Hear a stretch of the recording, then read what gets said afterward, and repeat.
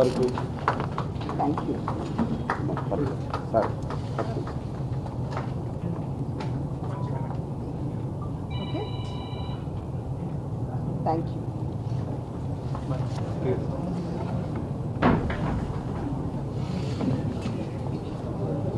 ఈ ప్రెస్ మీట్ని ముందుగా బీజేపీ జాతీయ కార్యవర్గ సభ్యులు ఎమ్మెల్సీ శ్రీ సోము వీర్రాజు గారు మాట్లాడతారు. అనంతరం రాష్ట్ర అధ్యక్షులు వారు మాట్లాడతారు.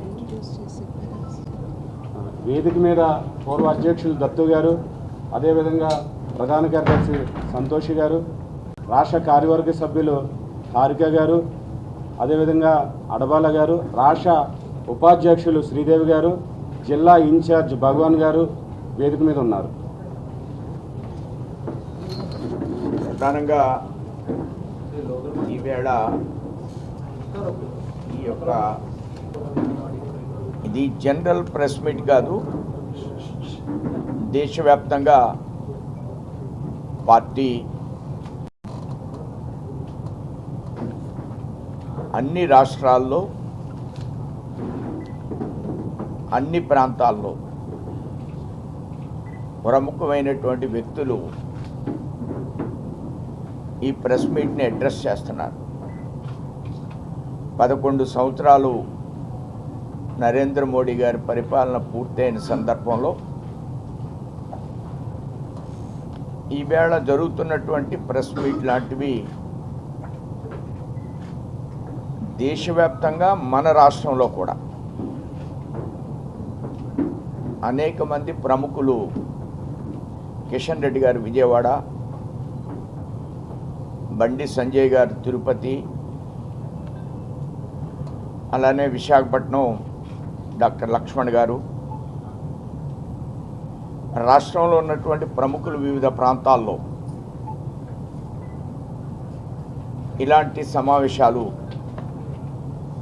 మాట్లాడడం జరుగుతుంది.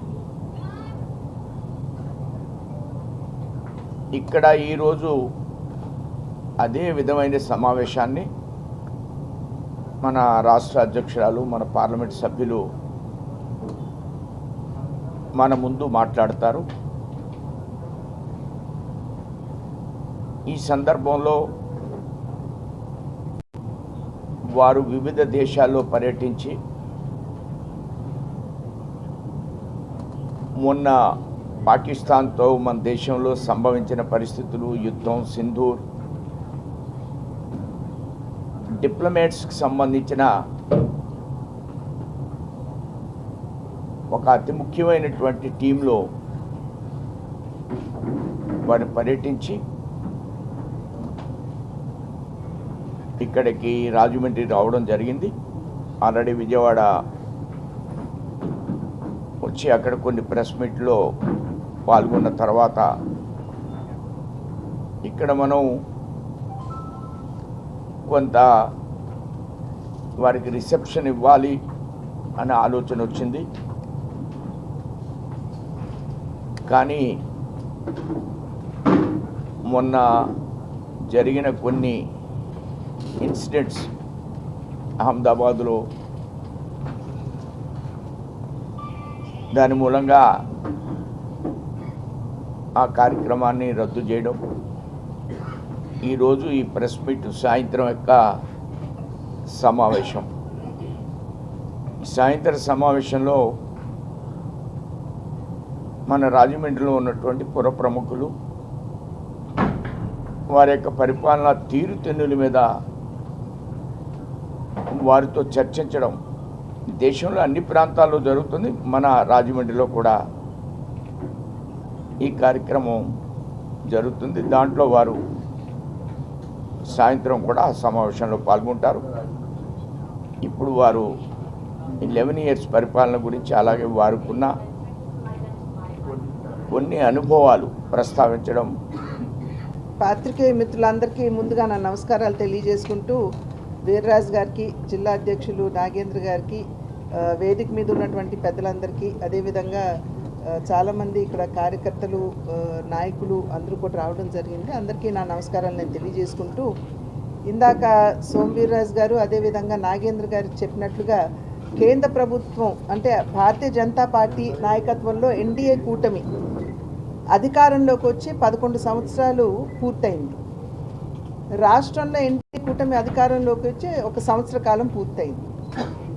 ప్రతి సంవత్సరం కూడా ఈ 11 సంవత్సరాల కాలంలో ప్రతి సంవత్సరం కేంద్రంలో ఉన్నటువంటి ఎన్డీఏ కూటమి దేశానికి ఒక ప్రోగ్రెస్ కార్డ్ రిపోర్ట్ లాగా, అంటే అసలు ఏం చేశాము ఈ సంవత్సర కాలంలో అనేటువంటి విషయాల్ని స్పృశిస్తూ ప్రజలు ఏ విశ్వాసంతో అయితే వారిని అంటే ఎన్డీఏ కూటమిని ఆశీర్వదించి అధికారంలోకి ఇది 3వ పర్యాయం తీసుకురావడం కనుక ప్రజలు ఏ నమ్మకంతో విశ్వాసంతో ఎన్డీఏ కూటమిని ఆశీర్వదిస్తున్నారో ఒక రకంగా వారందరికీ కూడా జవాబుదారీతనంతో వారికి రిపోర్ట్ ఇవ్వాలి అనేటువంటి భావనతోటి ప్రతిసారి కూడా ఈ రకంగా ప్రెస్ కాన్ఫరెన్స్ అనేది నిర్వహించుకోవడం జరుగుతూ వస్తున్నటువంటి నేపథ్యం. అయితే రాజమండ్రిలో ఒకంత ఆలస్యమైంది. ఇందాక పెద్దలు చెప్పినట్లుగా నేను ఈ దౌత్యానికి సంబంధించినటువంటి డెలిగేషన్లో ఈ డిప్లొమాటిక్ డెలిగేషన్లో అంటే భారతదేశం తరఫున ఒక ప్రతినిధిగా వెళ్ళినటువంటి సందర్భంలో నేను తిరిగి భారతదేశానికి వచ్చిన తర్వాత అక్కడ నేను రిపోర్ట్ చేసి తర్వాత ఇక్కడికి రావడంలో ఒకంత జాప్యం జరిగినటువంటి మాట మీ అందరికీ ఇందాక పెద్దలు చెప్పినటువంటి విషయం.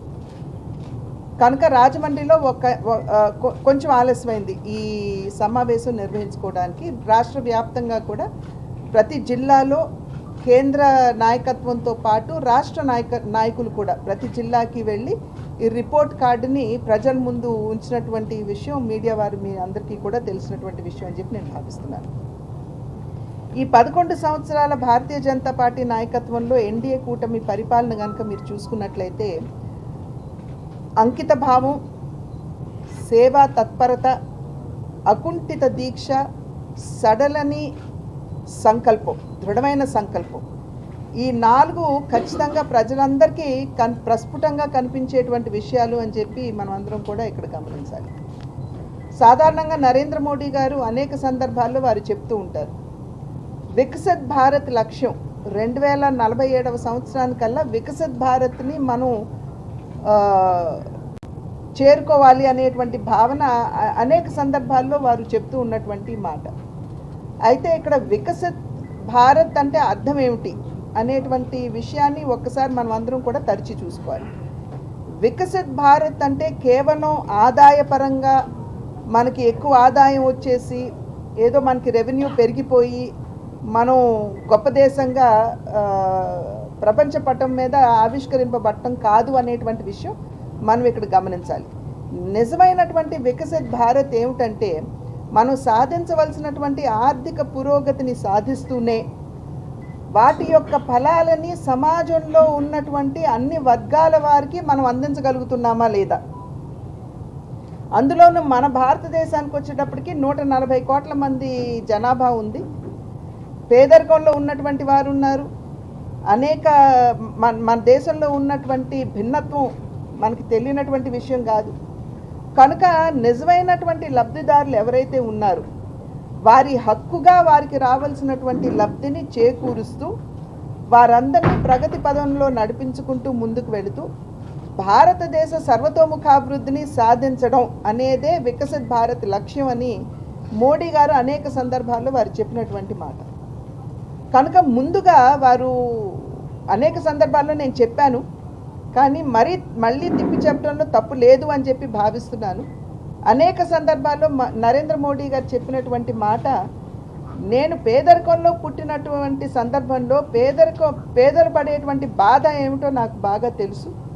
కాబట్టి నేను ఏ కార్యక్రమం చేసినా కూడా నేను పేదల్ని ఉద్దేశించి వారిని కేంద్ర బిందువుగా చేసుకునే కార్యక్రమాలు పథకాలన్నీ కూడా ముందుకు తీసుకుని వస్తాను అని చెప్పి అనేక సందర్భాల్లో నరేంద్ర మోడీ గారు చెప్పినటువంటి మాట.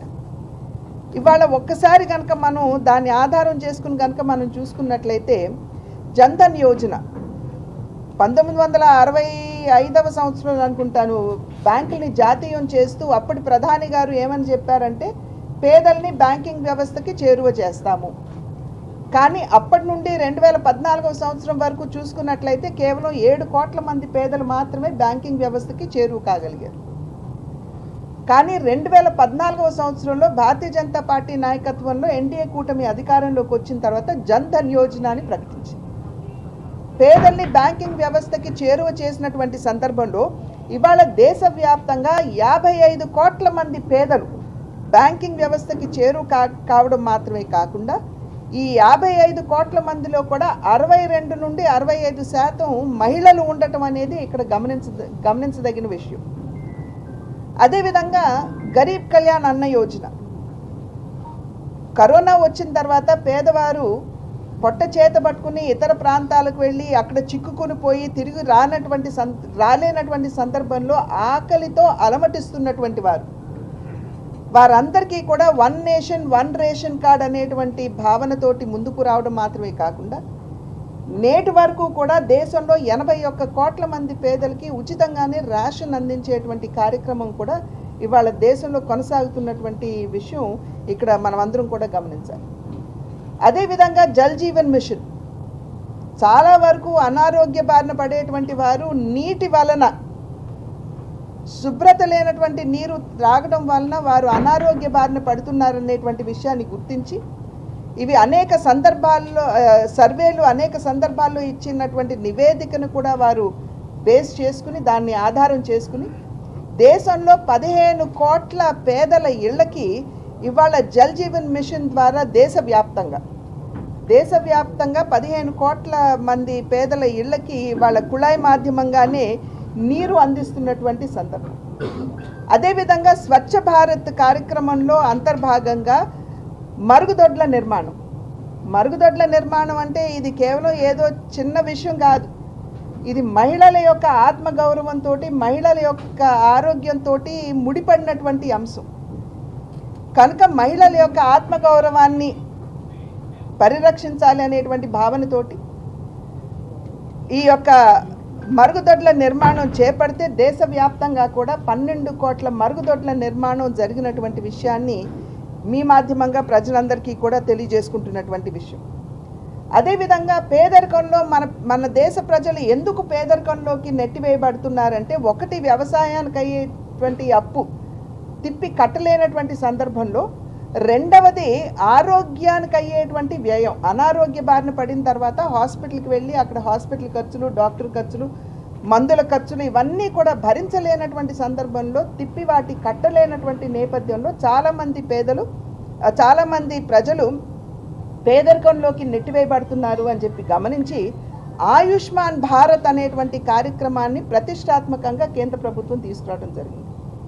ఈ 11 సంవత్సరాల్లో 77 కోట్ల మంది ఈ యొక్క ఆయుష్మాన్ భారత్లో వారందరూ కూడా రిజిస్టర్ కాగా ఇప్పటి వరకు 9 కోట్ల మంది ఆయుష్మాన్ భారత్ కింద ట్రీట్మెంట్ తీసుకుంటే 1,30,000 కోట్ల రూపాయలు అయ్యే దానికి సమానమైనటువంటి వైద్య సహాయాన్ని కేంద్ర ప్రభుత్వం పేదలకి, దేశవ్యాప్తంగా ఉన్నటువంటి పేదలకు అందించినటువంటి విషయాన్ని గమనించాలి. జన్ ఔషధి కేంద్రాలు ప్రారంభించారు. ఇవాళ మార్కెట్లో ఒక యాంటీబయాటిక్ టాబ్లెట్ కొనాలంటే ఒక 100 రూపాయలు అయినట్లయితే అదే టాబ్లెట్ నేను వెళ్ళి జన్ ఔషధి కేంద్రాల్లో కనుక కొనుక్కున్నట్లయితే అది నాకు 20 రూపాయలకే వచ్చేటువంటి నేపథ్యం. ఎందుకంటే ఇవాళ భారతదేశాన్ని ఫార్మసీ ఆఫ్ ద వరల్డ్ అని అంటున్నారు. జెనరిక్ మెడిసిన్స్ భారతదేశంలో తయారయ్యేంత ఉధృతంగా ఏ దేశంలో కూడా తయారు కావడం లేదు. కనుక మన బలాన్ని ఉపయోగించుకుని జన్ ఔషధి సెంటర్స్ని ఓపెన్ చేసి పేదలకి అతి తక్కువ ధరకే, ఇది పేదలు కాదు మిడిల్ క్లాస్ మధ్య తరగతి వారికి కూడా చాలా ఉపయోగపడేటువంటి కార్యక్రమం ఇది. కనుక వారికి కూడా ఇవాళ ఈ జన్ ఔషధి సెంటర్స్ మాధ్యమంగా తక్కువ ధరకే మందులు అందిస్తున్నటువంటి సందర్భం. ఇందాక ఆయుష్మాన్ భారత్ గురించి చెప్పాను నేను. ఆయుష్మాన్ భారత్ కింద ఏదైతే పేద ప్రజలకు ఇప్పటి వరకు ఇస్తూ వచ్చారో, ఈ వైద్య సహాయం ఏదైతే అందిస్తూ వచ్చారో, ఇవాళ పేదలు మాత్రమే కాదు 70 సంవత్సరాలు పైబడినటువంటి వృద్ధులు, ఎందుకంటే మన దేశంలో ఆయు ప్రమాణం పెరిగింది. నిన్న మొన్నటి వరకు 62 సంవత్సరాలు ఉంటే ఇవాళ మన భారతదేశంలో ఆయు ప్రమాణం 72 సంవత్సరాలు అయింది. కనుక వయసు పైబడిన తర్వాత అనేక రకాలైనటువంటి ఆరోగ్య సమస్యలు వస్తున్నటువంటి సందర్భంలో ఈ ఆయుష్మాన్ భారత్ అనేటువంటి కార్యక్రమాన్ని 70 సంవత్సరాలు పైబడినటువంటి వారికి కూడా దీన్ని పొడిగించినటువంటి విషయాన్ని మనం అందరం కూడా గమనించాలి. ఒక నెల రోజుల క్రితం IMF అంటే ఇంటర్నేషనల్ మానిటరీ ఫండ్ మరియు UNDP అంటే యునైటెడ్ నేషన్స్ డెవలప్మెంట్ ప్రోగ్రామ్ అనేటువంటి 2 అంతర్జాతీయ సంస్థలు. ఈ 2 అంతర్జాతీయ సంస్థలు ఒక నెలన్నర క్రితం ఇచ్చినటువంటి నివేదిక ప్రకారం భారతదేశం తీసుకున్నటువంటి ఈ చర్యల వలన ఏదైతే పేదల్ని కేంద్ర బిందువుగా చేసుకుని వారి కోసం అని చెప్పి ఇన్ని కార్యక్రమాలు చేస్తున్నారు, దాని ఫలితంగా భారతదేశంలో 25 కోట్ల మంది పేదరికం నుండి బయటకు వచ్చారు అని చెప్పి వారిచ్చినటువంటి నివేదిక. ఇది NDA కూటమినో భారతీయ జనతా పార్టీనో నరేంద్ర మోడీ గారు ఇచ్చినటువంటి సర్వే కాదు, ఇది IMF మరియు UNDP ఇచ్చినటువంటి నివేదిక. 25 కోట్ల మంది భారతీయులు పేదరికం నుండి బయటకు వచ్చారు అని చెప్పి వారు స్వయంగా ఇచ్చినటువంటి నివేదిక. అదేవిధంగా ఒక 15-20 రోజుల క్రితం వరల్డ్ బ్యాంక్ ఒక నివేదిక ఇచ్చింది. దానిలో వారు ఏమని చెప్పారంటే భారతదేశంలో 25% పేదరికం ఉంటే, అంటే ఇంటర్నేషనల్ స్టాండర్డ్స్లో పేదరికం అంటే $2 పర్ డే మీద జీవించేటువంటి వారు అని చెప్పి దాని అర్థం. 25% మంది ఆ రకమైనటువంటి పేదలు ఉంటే ఇవాళ ఆ పేదరికం 5% తగ్గింది అని చెప్పి స్వయంగా వరల్డ్ బ్యాంక్ ఇచ్చినటువంటి నివేదిక. మీరు ఎవరైనా కూడా డౌన్లోడ్ చేసుకుని దాన్ని చూసుకోవచ్చు. కనుక కేంద్ర ప్రభుత్వం ఇంతటి బృహత్తరమైనటువంటి కార్యక్రమాలు ఏదైతే నరేంద్ర మోడీ గారు నేను పేద కుటుంబం నుండి వచ్చాను కాబట్టి ఆ ఇబ్బందులన్నీ నాకు తెలుసు అని చెప్పి వారు తెలియజేశారు, దాన్ని ఆధారం చేసుకుని వారు ఈ కార్యక్రమాలన్నీ కూడా ప్రవేశపెట్టినటువంటి సందర్భంలో ఇంకా పెన్షన్లు ఇవన్నీ ఉన్నాయి. ఇవన్నీ మనకి 11 సంవత్సరాలు జరుగుతూ వస్తున్నటువంటి విషయాలు. ప్రధానంగా దేని మీద దృష్టి పెట్టాలో అవి మాత్రమే నేను మీకు ముందు ఉంచుతున్నాను, లేకపోతే నాకున్నటువంటి ఈ 10 నిమిషాల సమయం నాకు చాలదు అవన్నీ చెప్పాలండి. కనుక ఇవన్నీ కూడా అంతర్జాతీయ సంస్థలు ఇచ్చినటువంటి నివేదిక అని చెప్పి మనం అందరం కూడా ఇక్కడ గమనించాలి.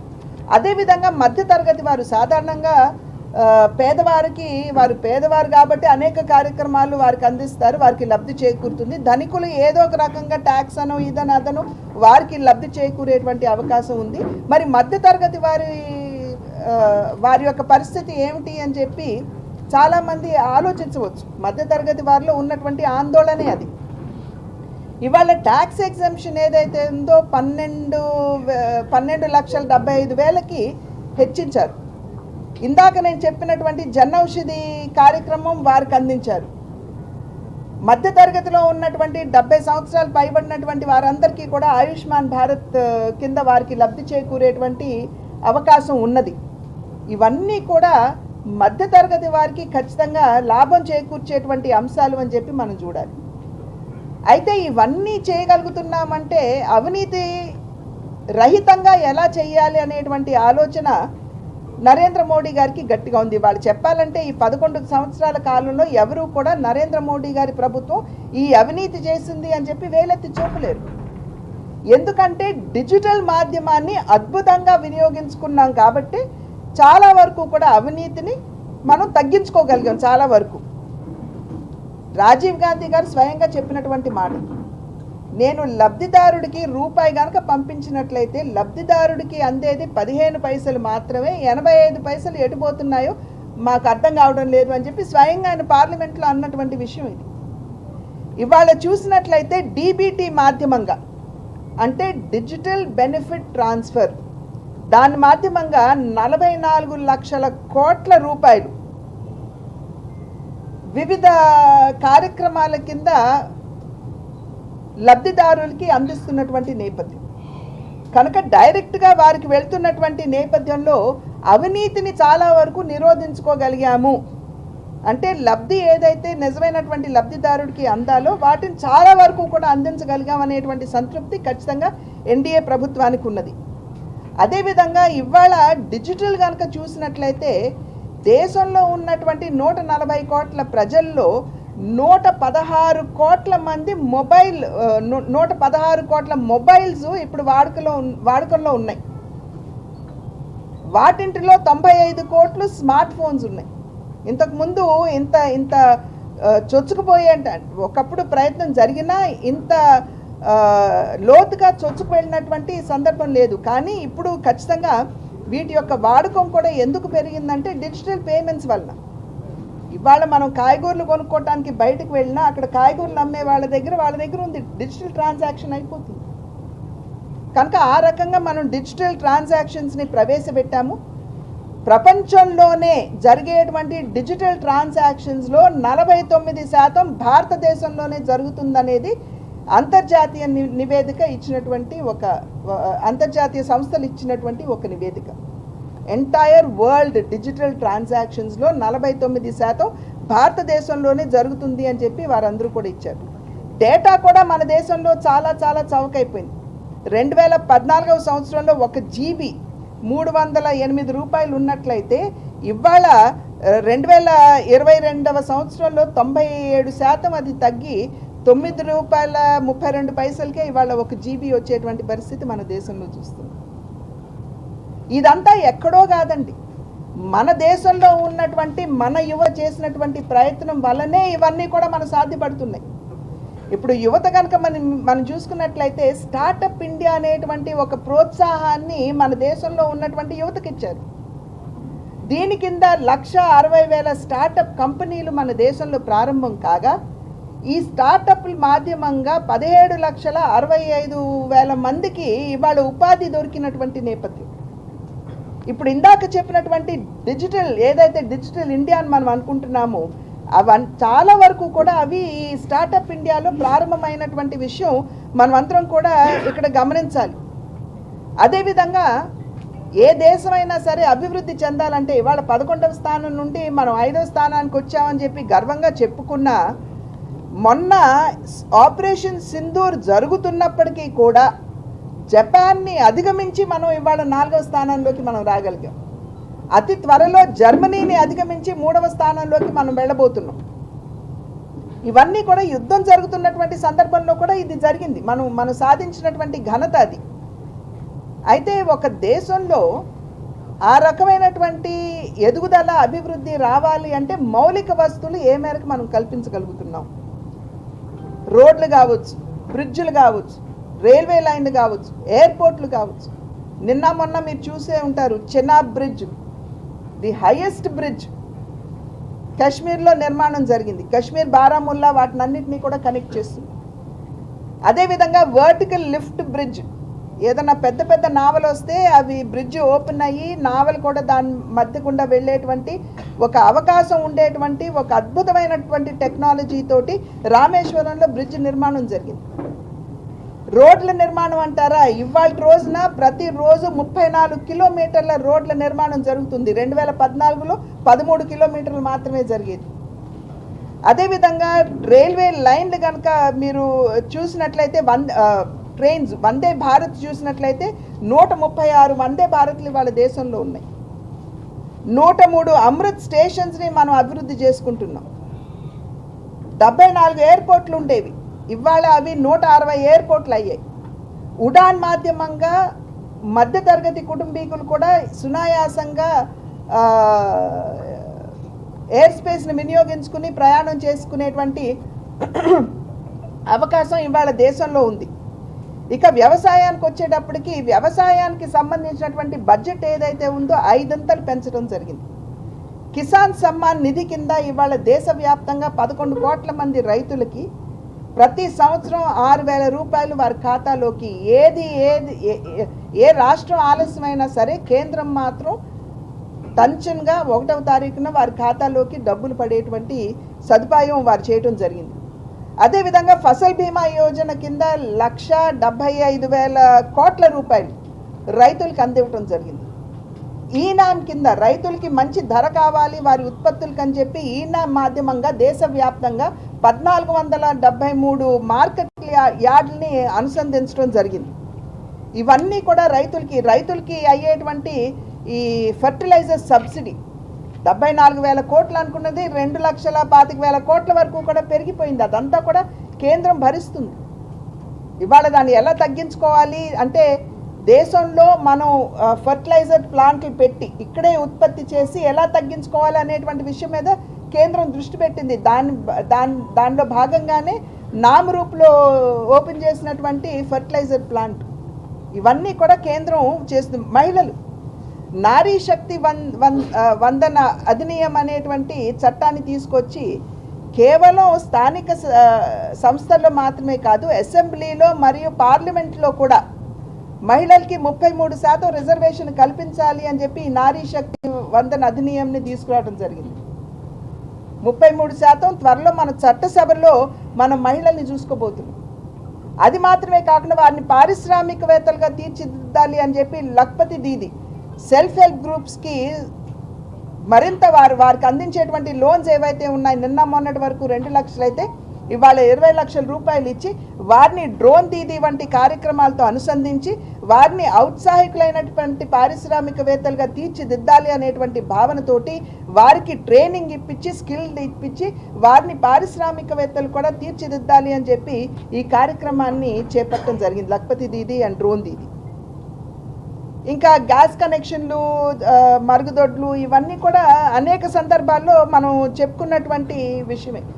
ముద్రా యోజన కింద ఏదైతే నేను ఇందాక అన్నాను పారిశ్రామికవేత్తలుగా తీర్చిదిద్దాలని 35.58% మహిళలకి 35.58 కోట్ల మహిళలకి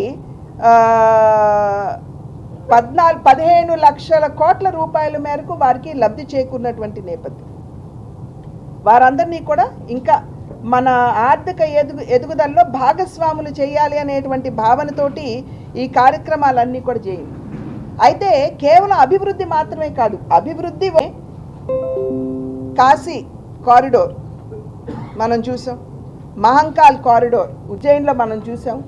అదేవిధంగా రామ్ మందిర్ నిర్మాణం 500 సంవత్సరాల కళ మనం సాకారం చేసుకోవడం జరిగింది. Statue of unity Sardar Vallabhbhai Patel గారిది స్థాపించడం, విజయ్ పథ్ అని పేరున్నటువంటి ఆ మార్గం యొక్క పేరుని కర్తవ్య పథం మార్చి అక్కడ నేతాజీ సుభాష్ చంద్రబోస్ గారి విగ్రహాన్ని అక్కడ ప్రతిష్ఠించడం జరిగింది. ఇదంతా ఏమిటంటే మన వారసత్వాన్ని, మన సంస్కృతిని మనం గౌరవించుకోవాలి అనేటువంటి ఆలోచనతోటి ఇవన్నీ కూడా కేంద్రం చేయడం జరిగింది. అయితే మీరు అడగవచ్చు, ఇవన్నీ కేంద్రం చేస్తుంది కదా, మరి రాజమండ్రికి ఏమిటి అని చెప్పి. అంటే నేను నిజంగా ఆంధ్ర రాష్ట్రానికి ఏం జరిగిందో చెప్పాలంటే మళ్ళీ ఒక 20 నిమిషాలు పడుతుంది. మీకు ఓపిక ఉందంటే నేను చెప్తాను, బట్ ముందు రాజమండ్రికి వస్తాను. రాజమండ్రికి వచ్చేటప్పటికి ప్రధాన్ మంత్రి ఆవాస్ యోజన కింద 56 ప్రాజెక్టులు, 82,610 ఇళ్ళు మంజూరు చేయగా సెంట్రల్ గవర్నమెంట్ షేరు, అంటే ఇది కేంద్ర రాష్ట్ర ప్రభుత్వాల యొక్క భాగస్వామ్యంలో జరుగుతుంది కాబట్టి 704.77 కోట్ల రూపాయలు కేంద్రం ఆల్రెడీ ఇచ్చేసింది. కంప్లీట్ అయినటువంటివి 34,313 ఇళ్ళు ఇప్పటి వరకు కంప్లీట్ అయినాయి అనేది రాష్ట్రం దగ్గర నుండి సెంట్రల్కి వచ్చినటువంటి నివేదిక. స్వచ్ఛ భారత్ కింద రాజమండ్రికి ఇండివిజువల్ టాయిలెట్స్ అంటే వ్యక్తిగత మరుగుదొడ్లు ఏవైతే ఉన్నాయో 958 ఇవ్వగా కమ్యూనిటీ టాయిలెట్స్ ఒక 50 కమ్యూనిటీ టాయిలెట్స్ నిర్మాణం రాజమండ్రిలో చేయటం జరిగింది. అమృత్ ప్రాజెక్ట్ కింద ఏదైతే మనకి ఇక్కడ ఉన్నటువంటి వస్తువులు మెరుగుపరచుకోవాలి అని చెప్పి అనుకుంటున్నామో, గ్రౌండ్ అయినటువంటి ప్రాజెక్టులు 14, దానికి 243.65 కోట్లు కేంద్రం కేటాయించింది. దీనిలో 10 ప్రాజెక్టులు కంప్లీట్ కాగా 132 కోట్ల రూపాయలు, అంటే ఎగ్జాక్ట్గా చెప్పాలంటే 131.14 కోట్ల రూపాయలు ఖర్చు చేయటం జరిగింది. అమృత్ 2 సెకండ్ అమృత్లో భాగంగా 10 ప్రాజెక్టులు యుఎల్బీస్ ఏవైతే ఉన్నాయో అర్బన్ ఈ ఎమ్యూనిటీస్ పెంచుకోవడానికి 212 కోట్ల రూపాయలని మంజూరు చేయడం జరిగింది కేంద్రం. అదేవిధంగా పిఎం స్వనిధి కార్యక్రమం ఉంది. అంటే ఎవరైతే మనకి తోపుడు బళ్ళ మీద చిన్న వ్యాపారాలు చేసుకుంటూ ఉంటారో వారికి సంబంధించి లోన్స్ గ్రాంటెడ్, వారికి మంజూరైనటువంటి లోన్స్ ఏవైతే ఉన్నాయో 20,352 మందికి ఇస్తే డిస్బర్స్ అయినటువంటి ఇచ్చినటువంటివి 20,240 కాగా 29 కోట్ల రూపాయలు దీనికి కేంద్ర ప్రభుత్వం అందివ్వడం జరిగింది. అదేవిధంగా నేషనల్ అర్బన్ లైవ్లీహుడ్ అంటే ఇది సాధారణంగా సెల్ఫ్ హెల్ప్ గ్రూప్స్కి సంబంధించినటువంటి విషయం. అన్ని రకాలుగా చూసుకుంటే సెల్ఫ్ హెల్ప్ గ్రూప్స్కి ఇందాక నేను చెప్పినట్లుగా 2 లక్షల రూపాయలు వారికి అందుకునేటువంటి అవకాశం ఉంటే ఇవాళ 20 లక్షల రూపాయలకి పెంచి వారికి అన్ని విధాలా కూడా మన జిల్లాలో ఉన్నటువంటి సెల్ఫ్ హెల్ప్ గ్రూప్స్ కూడా వారికి దీని మాధ్యమంగా లబ్ధి చేకూర్చడం జరిగింది. ప్రధాన్ మంత్రి జన్మన్ యోజన అంటే ట్రైబల్ ప్రాంతాల్లో నివసించేటువంటి వారు ఎవరైతే ఉన్నారో 6 హ్యాబిటేషన్స్కి కంప్లీట్ డ్రింకింగ్ వాటర్, అదేవిధంగా 4 హ్యాబిటేషన్స్కి సంపూర్ణమైనటువంటి విద్యుత్తీకరణ ఇవి చేయటం జరిగింది. ఇక మన ఎయిర్పోర్ట్కి వచ్చేటప్పటికి మనందరికీ తెలుసు నైట్ ల్యాండింగ్ ఫెసిలిటీ మనం తెచ్చుకున్నాం. అదేవిధంగా ఢిల్లీ రాజమండ్రి కనెక్టివిటీ మనం ఇంప్రూవ్ చేసుకున్నాం. ఇంకా రాబోయే కాలంలో మరిన్ని ఫ్లైట్స్ వస్తాయని చెప్పి నిన్న నేను ఇండిగోతో మాట్లాడినప్పుడు కూడా నిన్ననే మాట్లాడాను. ఫ్లైట్స్ మాకు కొరత ఉన్నాయి, మీరు ఏవైతే ప్రతిపాదించారో మేము ఆల్రెడీ బనారస్కి కావచ్చు, కాశీకి కావచ్చు, రాజస్థాన్కి కావచ్చు మేము ఆల్రెడీ ప్రతిపాదన ఇచ్చున్నాము, కనుక మేము కన్సిడర్ చేస్తామని చెప్పి వారు చెప్పారు. ఇంకా మనకి ఇక్కడ నర్సరీలు మెండుగా ఉన్నటువంటి సందర్భంలో ఆల్రెడీ మనకు ఒక హార్టికల్చర్ పరిశోధన కేంద్రం ఇచ్చినటువంటి నేపథ్యం. చిరకాల వాంఛైనటువంటి భద్రాచలం కొవ్వూరు లైను 151 కిలోమీటర్ల లైన్ ఏదైతే ఉందో అది మంజూరైంది. అది మంజూరైనటువంటి విషయం మనం ఇక్కడ గమనించాలి. దువ్వాడ రాజమండ్రి లైను 4,448 కోట్ల రూపాయలతోటి డబ్లింగ్ అయినటువంటి విషయం మనం గమనించాలి.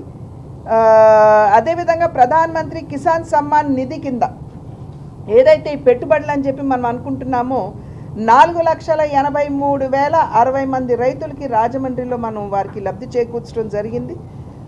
ఏఐబిపి అంటే యాక్సిలరేటెడ్ ఇరిగేషన్ బెనిఫిట్ ప్రోగ్రామ్ అని ఒకటి, అది మరియు ప్రధాన్ మంత్రి సించాయ్ యోజన, కిసాన్ సించాయ్ యోజన అనేటువంటి కార్యక్రమం మాధ్యమంగా 7 ప్రాజెక్టులు మన ఆంధ్ర రాష్ట్రానికి మంజూరు చేయగా అంటే యాక్సెప్ట్ చేయగా, ఒకటి పుష్కర్ ఎల్ఐసి ఏదైతే ఉందో దానికి 48 కోట్ల రూపాయలు కేటాయించారు. ఇది ఉభయ గోదావరి జిల్లాలకి ఉపయోగపడేటువంటి కార్యక్రమం. అదేవిధంగా ముసిరిమిల్లి ప్రాజెక్టు 93.21 కోట్ల రూపాయలని మంజూరు చేయటం జరిగింది. ఇది మన రాజమండ్రి, తర్వాత మన కాకినాడ, అనకాపల్లి మరియు ఏఎస్ఆర్ జిల్లా దీనికి ఉపయోగపడేటువంటి ప్రాజెక్ట్ ఇది. ఎర్ర కాలువకి ఇప్పటికీ 29 కోట్ల రూపాయలు మంజూరు చేయటం జరిగింది. ఇది ఏఎస్ఆర్ జిల్లా, అదేవిధంగా మనకి ఉపయోగపడేటువంటి కార్యక్రమం. ఎర్ర కాలువకు సంబంధించి డిపిఆర్ ఆల్రెడీ నేను కేంద్ర మంత్రికి నేను ఇచ్చాను. కేంద్ర మంత్రి గారు ఇచ్చినటువంటి సూచన ఏమిటంటే మీరు రాష్ట్ర ప్రభుత్వ మాధ్యమంగా డిపిఆర్ పంపించమని చెప్పారు. మొన్న నిమ్మల రామానాయుడు గారు ఇక్కడికి జిల్లాకు వచ్చి ఇక్కడ జిల్లా సమీక్ష చేసినప్పుడు కూడా నేను వారి దృష్టికి ఈ విషయం తీసుకుని వెళ్ళాను. డిపిఆర్ తయారు చేసి వెంటనే పంపించమన్నారు. డిపిఆర్ ఇప్పుడు ప్రిపరేషన్లో ఉంది, దానికి అయ్యేటువంటి వ్యయం రాష్ట్రం ఇస్తుంది. కాబట్టి డిపిఆర్ త్వరలో రాష్ట్ర ప్రభుత్వం నుండి పైకి వెళ్ళేటువంటి నేపథ్యం. అయితే ఈలోపు మనకి 29 కోట్ల రూపాయలు ఎర్ర కాలువ ఆధునీకరణకి ఇవ్వడం జరిగింది. ఇంకా ముఖ్యమైనటువంటి విషయం, మిగతావన్నీ నేను వదిలేస్తాను, రాష్ట్రానికి సంబంధించి చెప్పాలంటే చాలా ఉంది. కానీ ప్రధానంగా అమరావతి రాష్ట్ర రాజధాని మనం చూసాం ఎంత ఘోరాతి ఘోరంగా అమరావతిని చాలా ఘోరంగా తోలనాడినటువంటి విషయం విపక్ష నాయకులు మనం అందరం కూడా కళ్ళారా చూసాం, టీవీలో చెవులారా విన్నాం కూడా. నిజంగా ఇది తల్లి చెల్లికి గౌరవం ఇవ్వవలసినటువంటి వారికి నిజంగా గౌరవం ఎలా ఇవ్వాలో తెలియదేమో అనేటువంటి ఒక బాధ ఖచ్చితంగా మా అందరిలో కలిగినటువంటి విషయం. అమరావతి నిర్మాణానికి 2015లోనే ఎప్పుడైతే అమరావతి రాజధానిగా రాష్ట్రం అంతా కూడా అసెంబ్లీలో ఒప్పుకున్నారో, డిపిఆర్ లేకపోయినా వెంటనే కేంద్ర ప్రభుత్వం అప్పుడే 2,500 కోట్ల రూపాయలు రాష్ట్రానికి ఇచ్చింది. ఇది ఖచ్చితంగా నొక్కి వక్కాణించదలిచాం. ఈ మధ్య కాలంలో మళ్ళీ గత 5 సంవత్సరాల కాలంలో అసలు అమరావతిలో ఎటువంటి పని జరగలేదు, పురోగతి లేదు.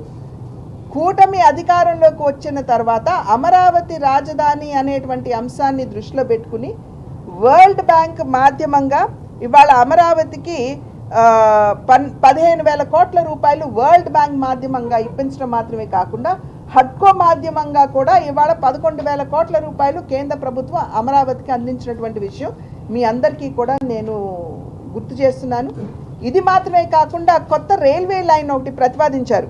అది దగ్గర 2,250 కోట్ల రూపాయలతోటి అమరావతిని ఇతర ప్రాంతాలతో అనుసంధించడానికి ఈ రైల్వే లైన్ కూడా ప్రధాని గారు దానికి శంకుస్థాపన కూడా చేశారు డిజిటల్గా. అశ్విని వైష్ణవ్ గారు మేమందరం కూడా దానిలో పాల్గొన్నాము. ఇది ఖచ్చితంగా దృష్టి పెట్టుకోవాలి. ఇది కాకుండా బాహ్య వలయ రోడ్డు అమరావతి ఔటర్ రింగ్ రోడ్ అని ఏదైతే అంటామో దానికి 20,000 కోట్ల రూపాయలు మంజూరు చేయబడింది. మన అనంతపురం నుండి అమరావతి వరకు కూడా 20,000 కోట్ల రూపాయలతోటి రాయలసీమతో మన రాజధానిని అనుసంధిస్తూ ఈ రోడ్డుకు కూడా కేంద్ర ప్రభుత్వం ఇచ్చినటువంటి సహకారాన్ని మనం అందరం కూడా ఇక్కడ గుర్తు తెచ్చుకోవాలి. అదేవిధంగా పోలవరం వైఎస్ఆర్సీపీ అధికారంలో ఉన్నప్పుడు ఏ మాత్రం ముందుకి జరగలేదు అనేటువంటి విషయం మనందరికీ తెలుసు.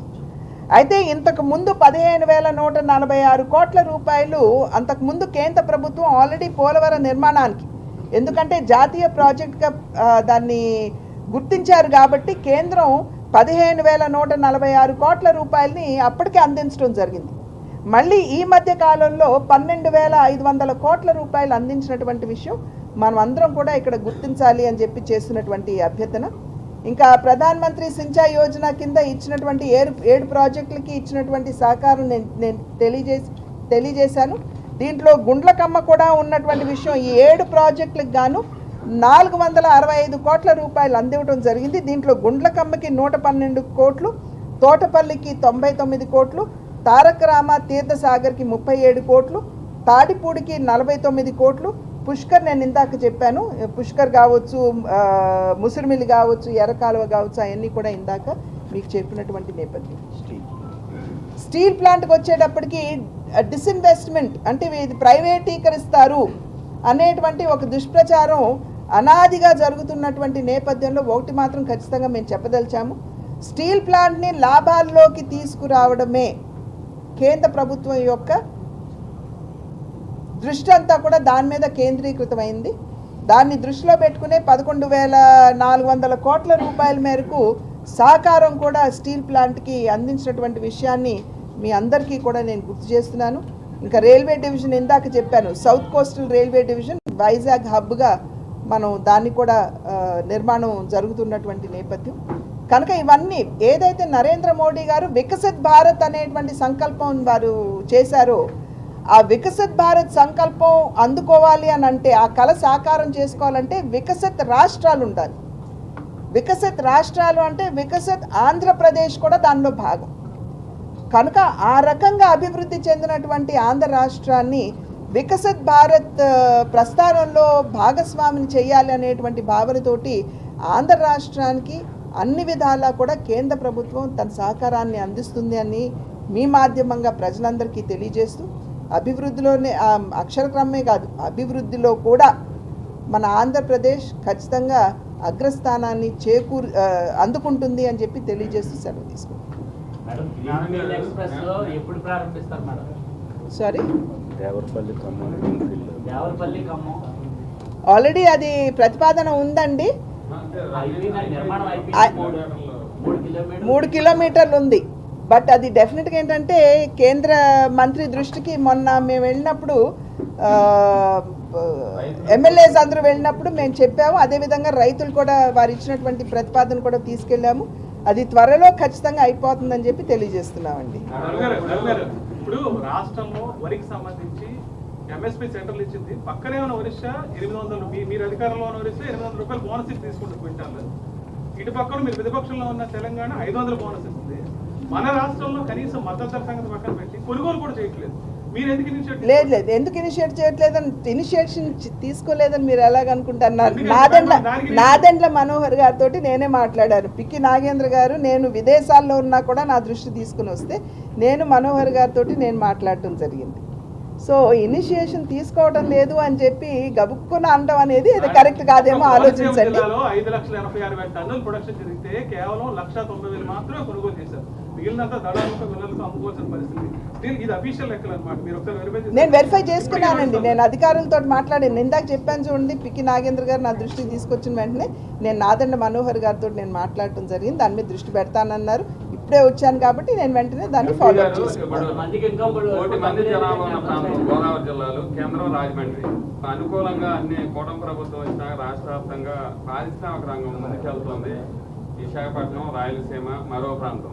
ఇక్కడ మాత్రం పరిశ్రమలు కానీ, ఒక స్మార్ట్ పరిశ్రమలు, కేంద్ర ప్రభుత్వం సంబంధించిన ఒక్క పరిశ్రమ కూడా కానీ, ఒక ఇన్స్టిట్యూషన్ కానీ, విద్యా సంస్థలు, ప్రతిష్టాత్మక సంస్థలు కానీ కాకినాడ కావచ్చు, రాజమండ్రి కావచ్చు రావట్లేదు అనేది ఒక భావన.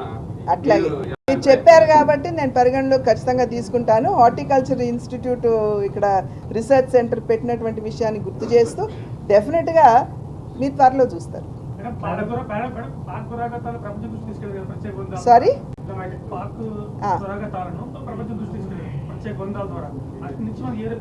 దీని మీద నేను ఒక 5-10 మినిట్స్ ఒకసారి మీ దృష్టికి తీసుకురావాలండి ఈ విషయం.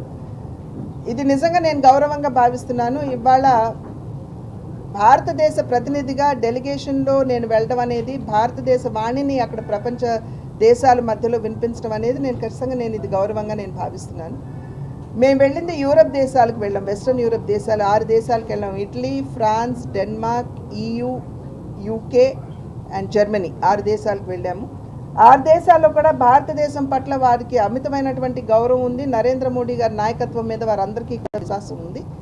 అయితే చైనా UN-లో భాగస్వామిగా ఉన్నటువంటి సందర్భంలో పాకిస్తాన్ వాణి త్వరగా వెళ్ళిందేమో అని చెప్పి మాకు అనిపించిన, మేము వెళ్ళిన తర్వాత అసలు భారతదేశంలో ఉన్నటువంటి పరిస్థితులు, జరిగినటువంటి విషయాలు వారికి తెలియజేసిన తర్వాత వారన్నీ కూడా దీన్ని సంపూర్ణంగా అర్థం చేసుకున్నారు.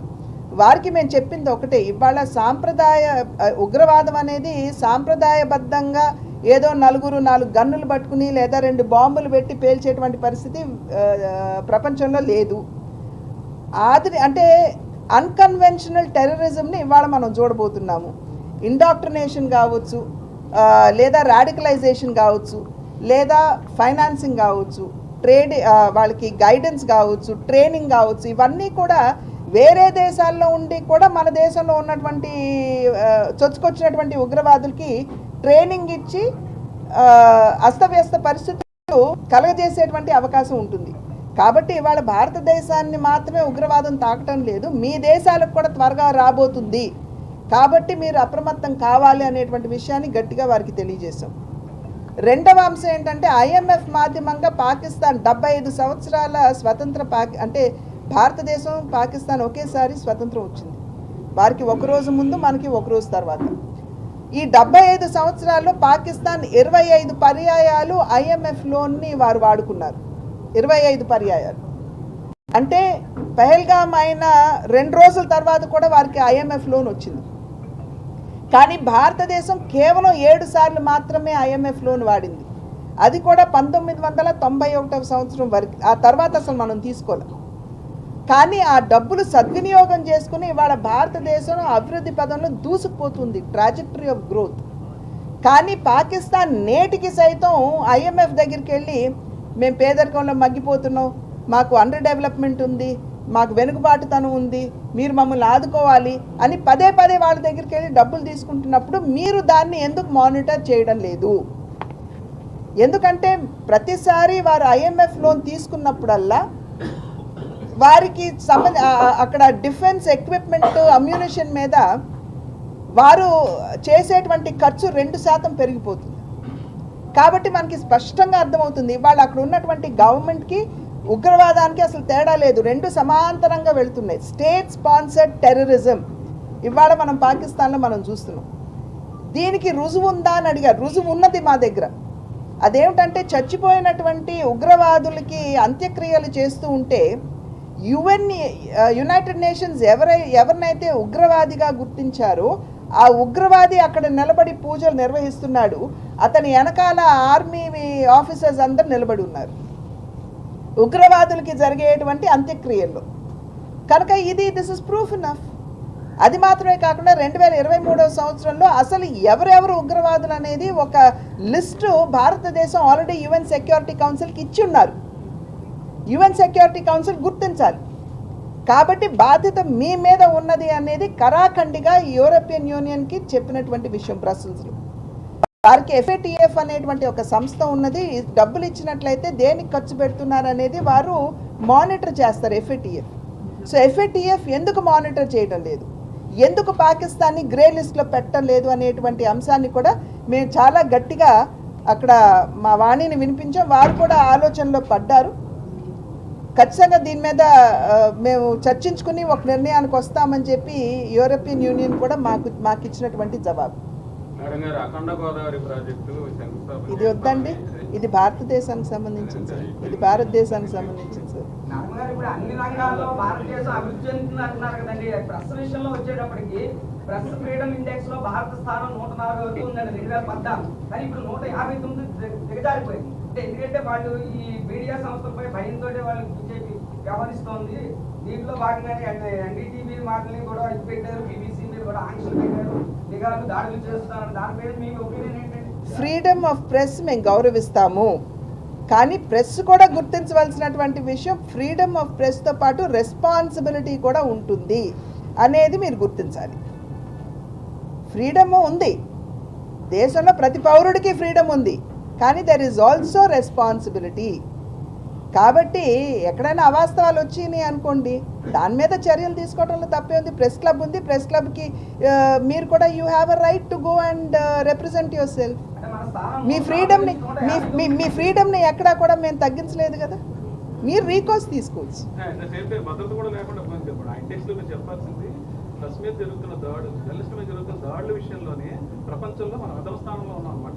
ఈవెన్ 2014 నుంచి 2022 వరకు తీసుకున్న సర్వేలో కూడా 13 స్థానాలు. నేను అదే అంటున్నానండి, మీకు యూ హ్యావ్ అ రీకోర్స్. మీకు ప్రెస్ క్లబ్కి వెళ్ళి మీరు మీది చెప్పుకునేటువంటి అవకాశం ఉంటుంది, దాని మీద మీరు రిప్రజెంట్ చేసుకునేటువంటి అవకాశం ఉంటుంది. You can always do that. మీకు కనుక అట్లా అనిపిస్తే you also have a right కదా. మేము ఒకవేళ మీరేమంటున్నా మేము తప్పు చేశామని మీరు అంటున్నారు, యూ హ్యావ్ అ రీకోర్స్ అని మేము అంటున్నాం. ఎక్కడండి?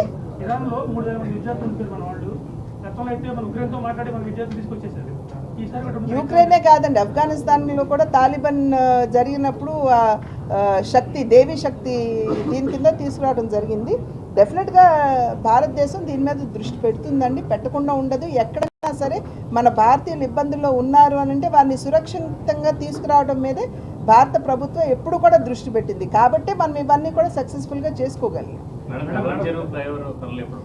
దివాన్ చెరువు ఫ్లైఓవర్కి సంబంధించి దాని పేరేంటండి, ఫ్లైఓవర్ కంపెనీ, దాన్ని బ్లాక్ లిస్ట్ చేయటం జరిగిందట ఆ కంపెనీ. ఎందుకంటే వాళ్ళు దానికి కావాల్సినటువంటి సర్వీస్ రోడ్ పనులు అవన్నీ కూడా మొరంపూడే కదా అని అడిగింది.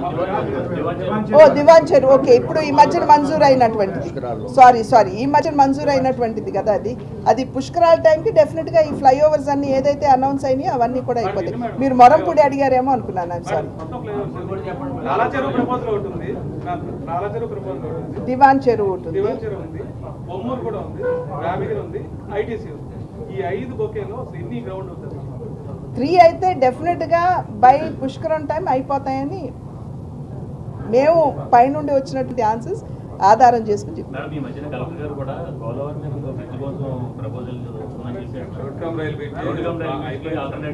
Rail cum railway bridge proposal ఉందండి, బట్ దాని ఫీజిబిలిటీ కూడా చూసుకోవాలి కదా.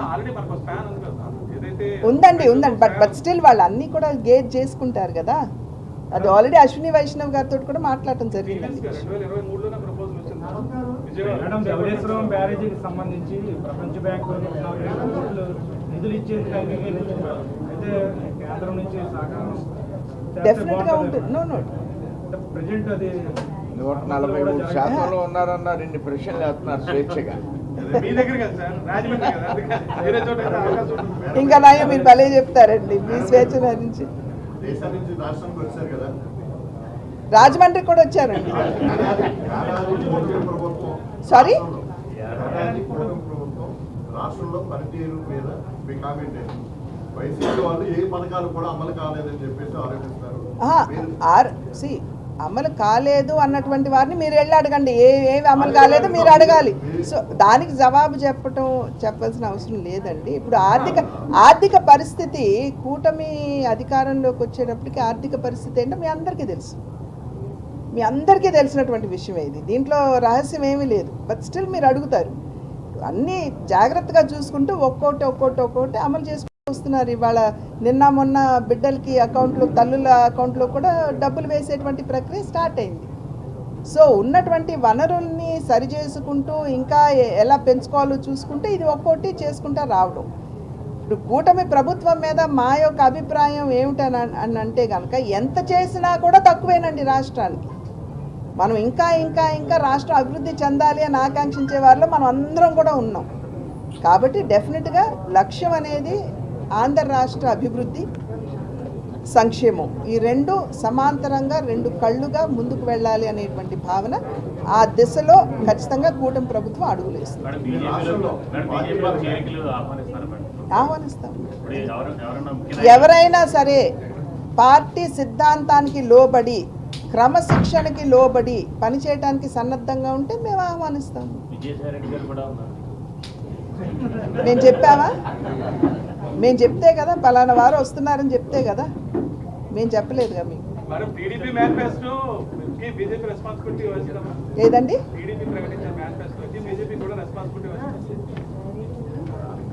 మేము మీరు చూసినట్లయితే ఎన్నికల్లో నేషనల్ మేనిఫెస్టో తోటి మేము ప్రజల వద్దకు వెళ్ళాం. We stand by that. Party సంస్థాగతంగా రాష్ట్రంలో పరిస్థితులు ఎట్లా మొత్తం జిల్లా కమిటీలు కానీ డివిజన్ కమిటీ, గ్రామ కమిటీలు అన్నీ కూడా వ్యవస్థ మొదలు పెట్టారు. అన్నీ ఏ స్థాయికి వచ్చింది పరిస్థితి? ఇది నిరంతరం కొనసాగేటువంటి ప్రక్రియ అండి. బూతు, మండలు, జిల్లా ఇవన్నీ కూడా నిరంతరం కొనసాగేటువంటి ప్రక్రియ. వేసిన తర్వాత కూడా మార్పులు చేర్పులు చేసుకుంటూ వెళ్తాం. కనుక ఇది ఒక్కసారి వేసి అయిపోయింది, మేము బలపడిపోయాం అని అనుకోవటానికి లేదు. ఇది నిరంతరం కొనసాగే ప్రక్రియ. మేడం గారు, దాదాపు 300 కోట్ల వరకు శాంక్షన్ అయింది రాజమండ్రి రైల్వే స్టేషన్ మోడర్నైజేషన్, 274 కోట్లు. అవును, ఇప్పుడు అది పనులు ఇంకా మానిటరింగ్ చేస్తారు. త్వరలో స్టార్ట్ చేస్తారండి. మొన్ననే నేను railway board chairman Ashwini Vaishnaw గారిని ఈ విషయంగా కలవలేదు, బట్ రైల్వే బోర్డు చైర్మన్ దృష్టి తీసుకుని వెళ్ళాను. అది త్వరలో మేము టెండర్స్ పిలుస్తామని చెప్పి వారు చెప్పారు.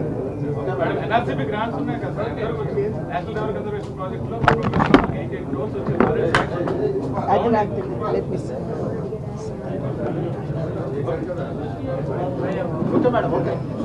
అయిపోయింది.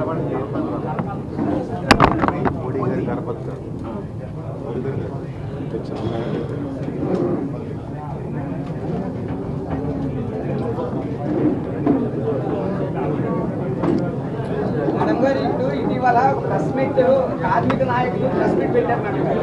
ఆ ప్రెస్ మీట్లో ఏమంటారంటే మాకు కార్మిక భవనం కావాలి, చెప్పుకోవడానికి మా మేడం గారు ఉండట్లేదు, కనీసం వాళ్ళ వారసులైన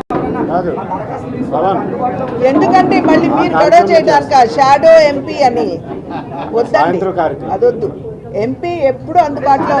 ఒక్క నిమిషం సార్, ఒక్క నిమిషం మాట్లాడండి. 24/7 నా ఆఫీస్ ఉంది, అక్కడ రిసీవ్ చేసుకుంటారు. ఎప్పటికప్పుడు నాకు తెలియజేస్తున్నారు. ప్రతి ఒక్కరికి నేను అందుబాటులో అంటే అర్థం ఏమిటండి? భౌతికంగా ఉండటం మాత్రమే కాదు కదా.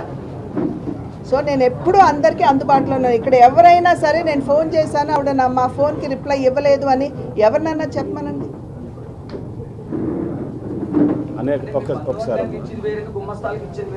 ఒకసారి వారు తప్పు సార్, మీరు ఆ మాట అంటాం తప్పండి. ఒక్కసారి నా ఆఫీస్కి ఏదైనా వస్తే దానికి బాధ్యత నేను.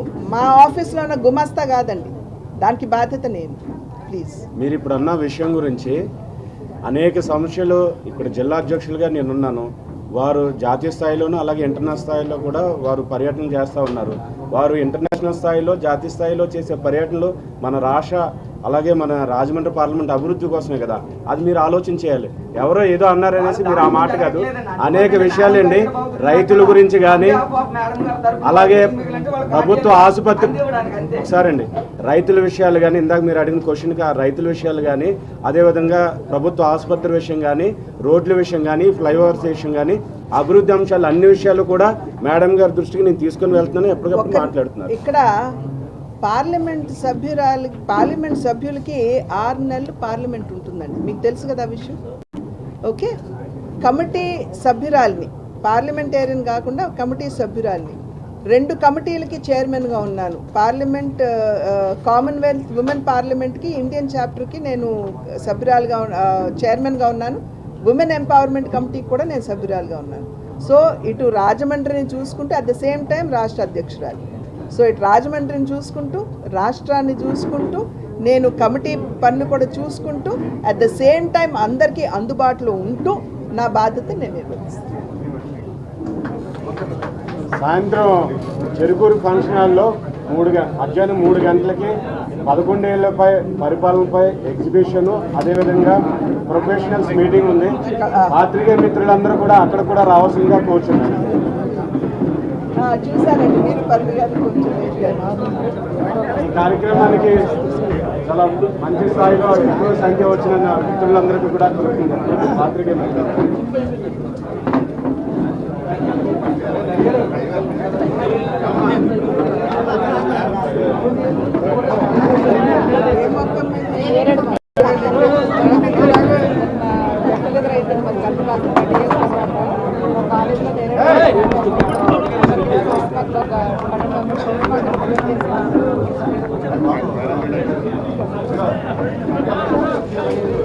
Okay, thank you.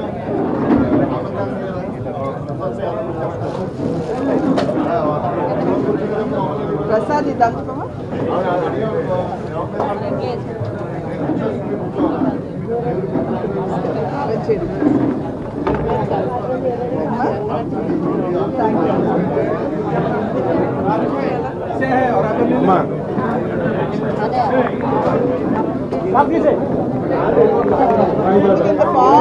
ఫార్మల్